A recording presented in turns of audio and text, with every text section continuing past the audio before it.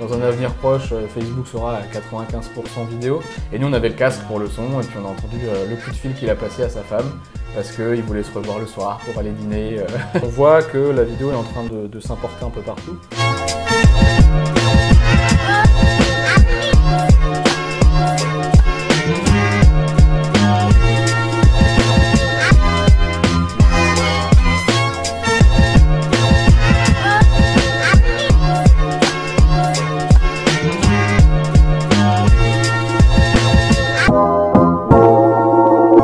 Aujourd'hui, on va rencontrer Geoffrey, expert en vidéo mais aussi motion designer. Il va vous expliquer c'est quoi la différence entre les deux. Il nous parlera un peu de son parcours, comment il en est arrivé à monter son entreprise et il va nous donner quelques astuces pour justement les entreprises qui veulent se mettre en avant. C'est d'ailleurs sa spécialité, vous allez voir.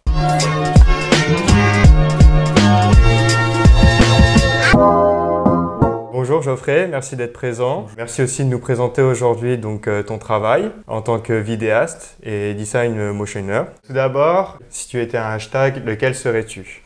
Je dirais hashtag vidéo, parce que je suis dans la vidéo, clairement. C'est ce qui te représente le mieux. Ça. Si tu étais un animal, quel animal tu serais? Alors animal, j'aime beaucoup les oiseaux en général, parce qu'ils arrivent à prendre un peu de la hauteur et voir du paysage de loin. Du coup, si tu étais une couleur? Alors la couleur, ça se voit, le rouge, j'aime beaucoup le rouge.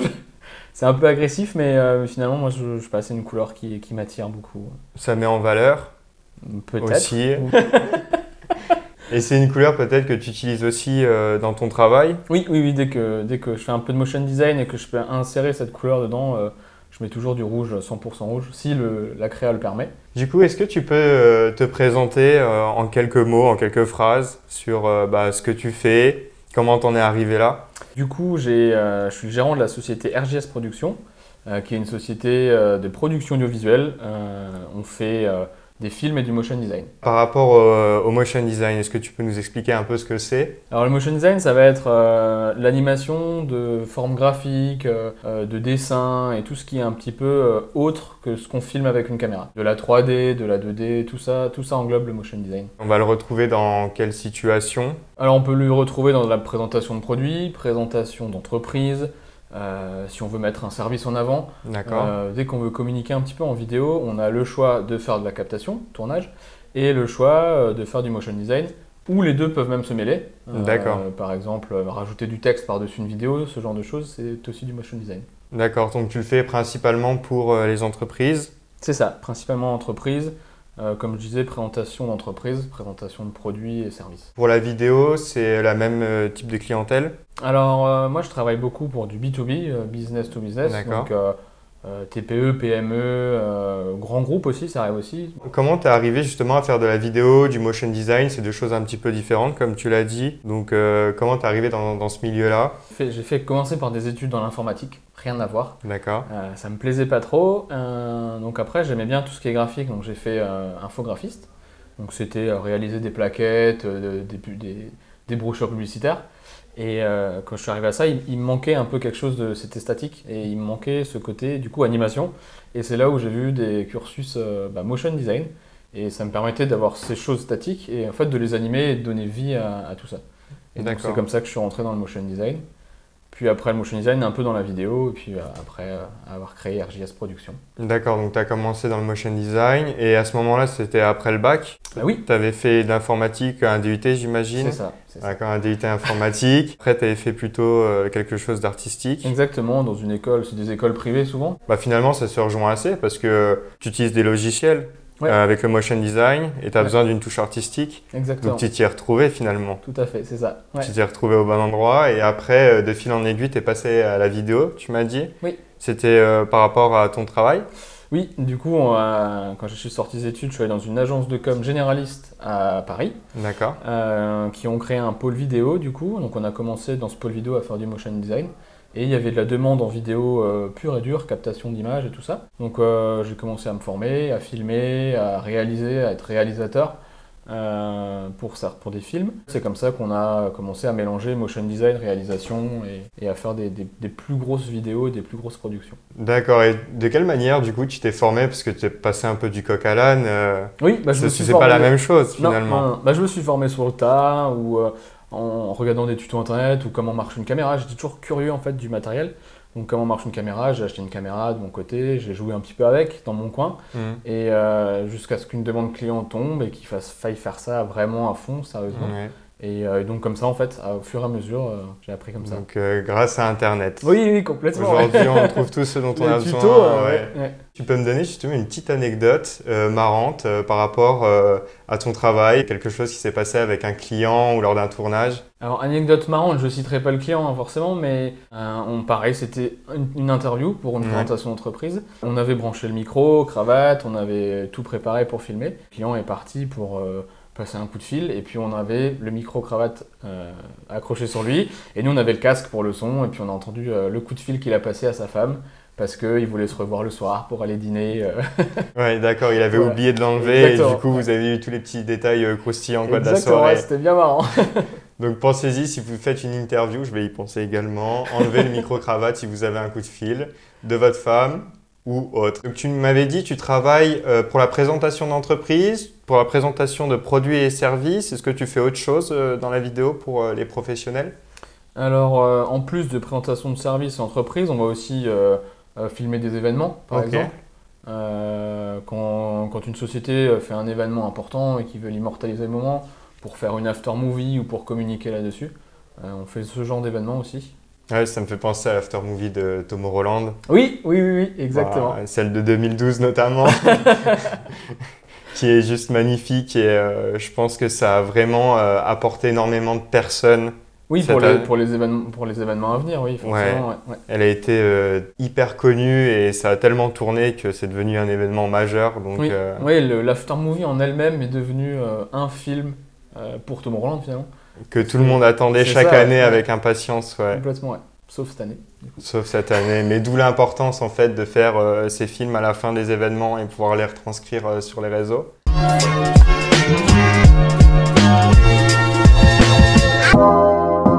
Si on se focalise un peu sur, on va dire, ta spécialité, les présentations d'entreprise par vidéo, est-ce que tu pourrais nous donner 3 bénéfices pour une entreprise, pour ceux qui nous regardent, de justement faire une vidéo corporate? Donc déjà nous expliquer un peu plus comment ça se déroule et 3 bénéfices qu'on peut en avoir. En fait, avec le client, on va voir avec eux leurs besoins de cette vidéo d'entreprise. Est-ce que c'est une grosse vidéo qui présente toute la société, avec une animation de logo, avec des interviews des dirigeants, des employés, peut-être des clients satisfaits, ou est-ce que c'est juste une vidéo qui présente les valeurs de la société et on s'arrête là, ce qui peut être très bien.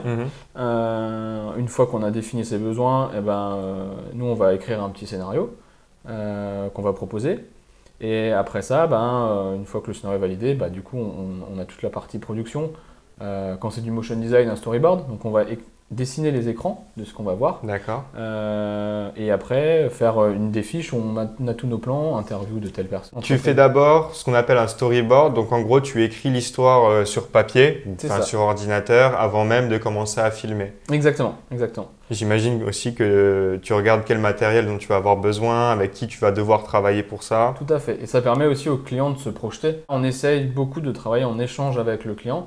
Chaque étape du processus de réalisation d'une vidéo. On n'est pas du genre à dire vous voulez une vidéo, on a le brief, on vous pond quelque chose, ça s'arrête là. Non, non, on échange parce que pour un client c'est très flou une vidéo quand il en veut une, oui, mais il ne sait pas trop qu'est-ce que ça va porter, comment ça va marcher.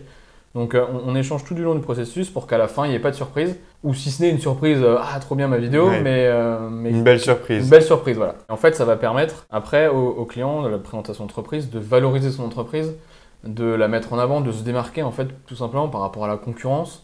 Parce qu'on est quand même à une ère très digitale où la vidéo il y en a partout sur les réseaux sociaux. Donc même une simple animation de logo par exemple sur les réseaux sociaux ça fait bouger. Surtout que effectivement dans l'ère digitale on est là, on scrolle très vite. Quand c'est du contenu statique on s'y attarde rarement. Alors que quand ça va commencer à bouger, hop, les gens vont être attirés et peut-être La vidéo capte l'attention. Exactement, ouais.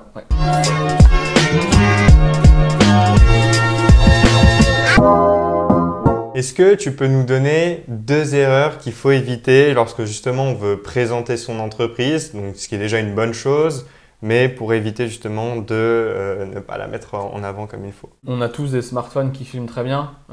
L'erreur serait de dire je vais filmer moi-même mon entreprise. faire un petit montage de mon côté et ça présentera mon entreprise. Je pense que si c'est mal réalisé, ça va plus nuire à la société que la mettre en avant finalement. Donc après, passer par un professionnel, c'est toujours mieux, même dans le scénario, dans l'histoire qu'on va raconter, dans la manière de le raconter.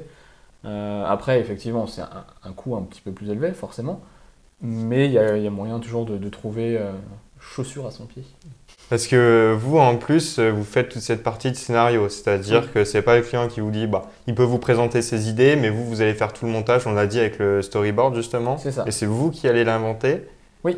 Et ensuite vous le présentez au client. Ouais, tout à fait. Parce qu'en fait, une vidéo, ça ne se filme pas et ça se raconte pas comme nous on discute ici. Il y a une manière de raconter les choses dans une vidéo pour que justement les spectateurs soient réceptifs. D'accord. Ouais, et puis vous pensez aussi aux effets qu'il va y avoir dans la vidéo, j'imagine, au montage du son, ce qui est hyper important. Tout à fait. Ouais. Parce que mine de rien, le son, ça représente, je pense, une grosse part dans le montage vidéo. Moitié de la vidéo. La moitié de la vidéo, ça passe par le son. Ouais. Donc c'est hyper important et la qualité de son, on l'a pas forcément justement quand on passe par un smartphone. Par un smartphone, oui. Tout à fait. Et les plans sont peut-être pas très équilibrés, ce genre de choses. Ouais. Que quand on voit une vidéo faite où il n'y a pas ces erreurs, bah, ça ne nous choque pas. Par contre, quand on va les voir, effectivement, la personne est mal cadrée, ce genre de choses, c'est assez important. Ouais, même pour des néophytes de la vidéo, c'est des choses qu'on va vite remarquer. Tout à fait. Surtout qu'aujourd'hui, on a beaucoup de vidéos de bonne qualité sur les entreprises. Donc, à la limite, est-ce que tu conseillerais à une entreprise de ne pas faire de vidéo plutôt que d'en faire une de mauvaise qualité avec du mauvais son qui risque de pénaliser son image en fait? Ouais, complètement, je pense, ouais. Ça risque carrément de nuire. Enfin, nuire, c'est peut-être un peu exagéré.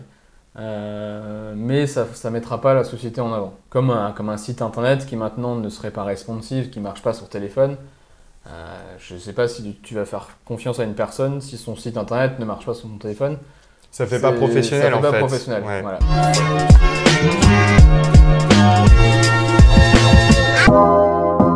J'ai regardé un peu le travail que tu fais et j'ai trouvé une vidéo de présentation, bon cette fois d'un événement, mais ça se rapproche un petit peu de la présentation d'entreprise.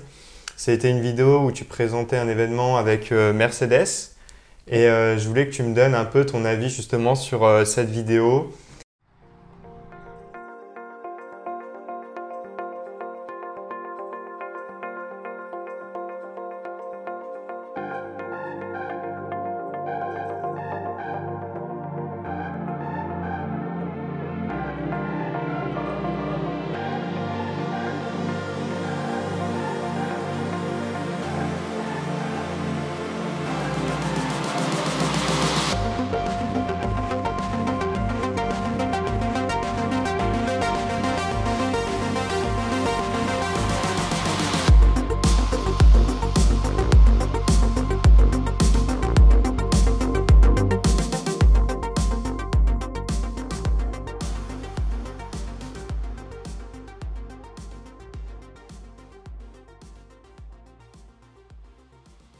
Pourquoi tu as fait les choix de la montée de cette manière? Comment tu as réfléchi avec le client à cette after movie justement?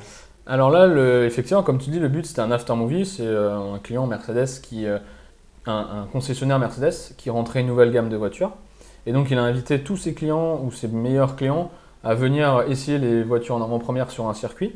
Et donc nous, on devait retranscrire en fait cette journée pour pouvoir après, ce que fait une after movie, inviter des nouveaux clients l'année suivante et séduire des nouveaux clients qui verraient la vidéo. Donc il fallait filmer l'événement d'une manière un peu émotive, mais pas trop cucu non plus. Il fallait quand même, c'est des voitures, c'est des moteurs, c'est un peu de patates. Ouais. Donc il fallait mélanger ce côté un peu émotif, ce côté un peu sportif. C'est pour ça qu'on a filmé en fait des plans au ralenti, des plans avec un drone, des plans où on passe d'un ralenti à un accéléré pour ramener ce côté de dynamisme. Et pour appuyer en fait tout cet événement, tout ce qui s'y est passé, on a rajouté par-dessus un petit peu de motion design avec des titres. Il y avait un pilote des 24 heures du Mans qui est venu faire des tours de circuit. Donc pareil, ça pour insister dessus, on a mis du motion design. D'accord. Et du coup, c'est comme ça qu'on a construit en fait cette vidéo. Donc c'est ce qu'on peut voir là, dans la vidéo, ça, le motion c'est la design. vidéo, quoi, ouais. C'est à ce moment-là. D'accord, ok. Et donc ça, vous l'avez travaillé avant, vous saviez déjà que vous alliez faire un montage post-production et que vous alliez rajouter ce motion design-là. Ça, on a travaillé avant avec le client, on nous a dit il y aurait tant et tant de voitures, lui aimerait bien voir ça, ça, ça, ça, et on avait des points à pas louper, entre guillemets. D'accord. Et après, une fois la journée de captation terminée, on a fait un petit premier montage très rapide, juste pour se rendre compte de ce que ça donnerait. Et après, on a peaufiné les détails, la colorimétrie, on a mis une colorimétrie assez neutre dans la vidéo. Et tout ça, on a vu en fait avec le client au fur et à mesure. D'accord. Donc le lendemain, en fait, le client avait déjà un premier draft, une première esquisse en fait de sa vidéo. Et comme ça, vous avez vite pu rebondir dessus. Ça vous évite de perdre du temps derrière. Le lendemain, peut-être pas, mais, ouais, mais quelques temps après. Oui.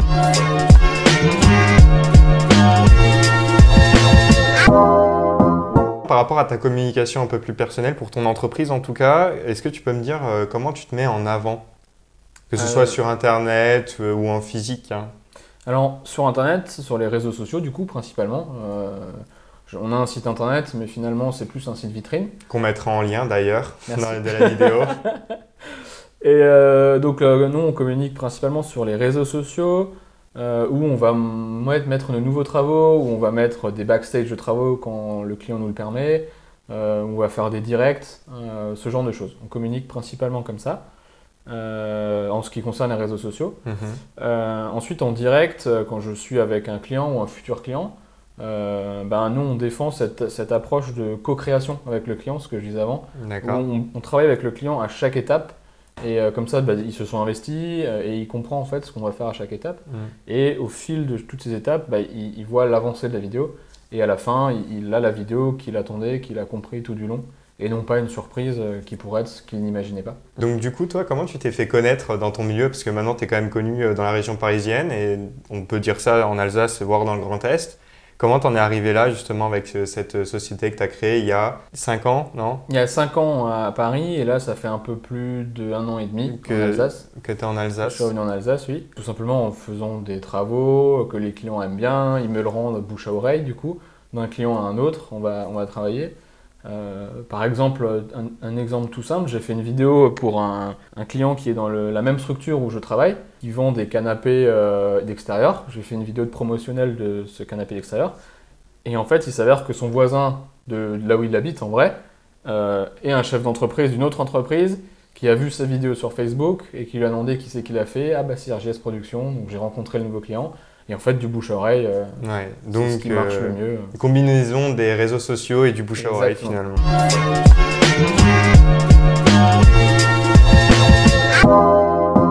Comment tu vois l'évolution de cette profession et de ces services dans le futur, dans 5 ans, 10 ans? Alors, il y a de plus en plus de demandes parce qu'on est en train de digitaliser tout, en fait, de plus en plus.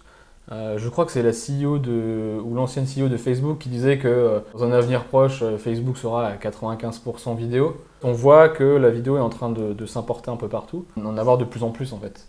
Et tu penses justement que la 5G aura un réel impact sur les contenus vidéo en ligne? Parce qu'on se demande toujours qu'est-ce que ça va nous apporter vraiment la 5G? Pour la vidéo, je pense que oui, ça va avoir un gros impact. On fera play et on n'a plus besoin d'attendre la petite roue de chargement. Il y aura moins de latence, ouais. Aussi, oui. Ok, et on va faire de plus en plus de directs. En plus du direct, on va pouvoir rajouter en direct des éléments par-dessus, du motion design par exemple. D'accord. Toutes ces choses de direct en fait vont exploser grâce à la 5G. C'est des choses qu'on voit déjà un peu exploser sur les réseaux sociaux, justement sur TikTok ou même sur Instagram. Maintenant, c'est les plateformes qui ont vraiment poussé les lives, qui ont mis les lives en avant. Et ça, du coup, c'est grâce notamment à un meilleur équipement et aussi la 5G qui débarque, un meilleur réseau. Oui, le meilleur réseau va que aider en fait toutes ces choses en direct. Ok, donc un bel avenir pour la vidéo professionnelle. J'espère. Donc mettez-y vous rapidement avant que justement vous soyez submergé de vidéos.